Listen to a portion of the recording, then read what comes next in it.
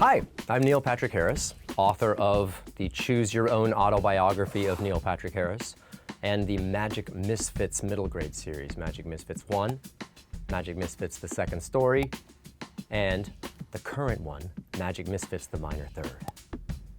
And this is what I'm reading.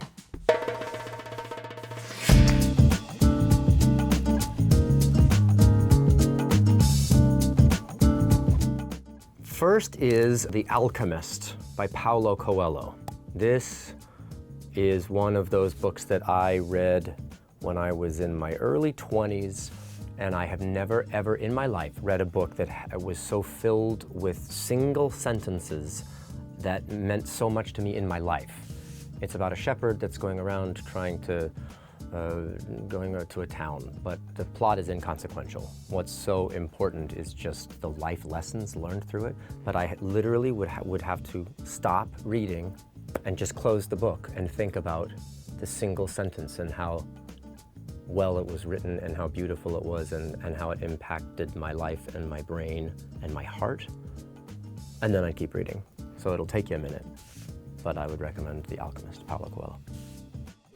The second recommendation I would make is The Westing Game by Ellen Raskin. This sort of shaped my brain in the murder mystery way. This is a middle grade book about a guy, Mr. Westing, who has passed away and left his inheritance to one of, I think, 12 or 16 people who live in a hotel across the way who seemingly don't know each other. And it is just great. It made me feel like there were all these clues that I was having to figure out, and it was very much a whodunit for the middle grade set. And I probably shouldn't talk about it this much because someday I want to make it into a film or a TV series. And if anyone that also wants to do that is listening right now, don't you dare.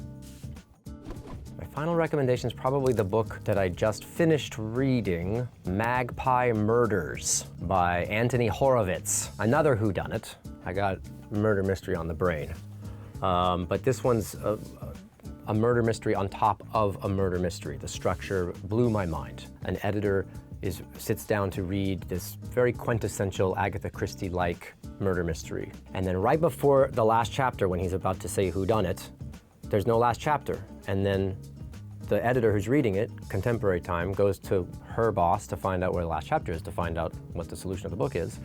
And the author of the book has died. And now she has to go and investigate how he died, which turns into another murder mystery on top of the English classic murder mystery. I love that, and I'm gonna keep talking about it until Anthony Horowitz becomes my friend, and we can make work together because his brain is amazing, and I can't believe no one is not talking about this book more. Magpie Murders, it's a thing.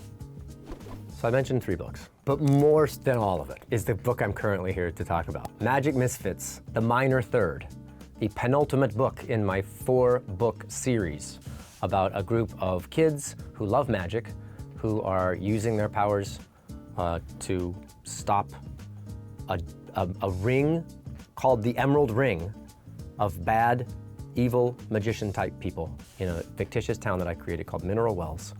And the Minor Third follows this third character named Theo Steinmeier, a violinist who can use his violin bow to make things levitate, and he has to choose between his love of magic and his love of music, which when you're a kid in that age, that's a pretty difficult decision. I highly recommend it. There's also teach-a-tricks within it. So if you buy the book and read it, you can also learn a magic act yourself. And then you can buy the first 2, and that's your fall.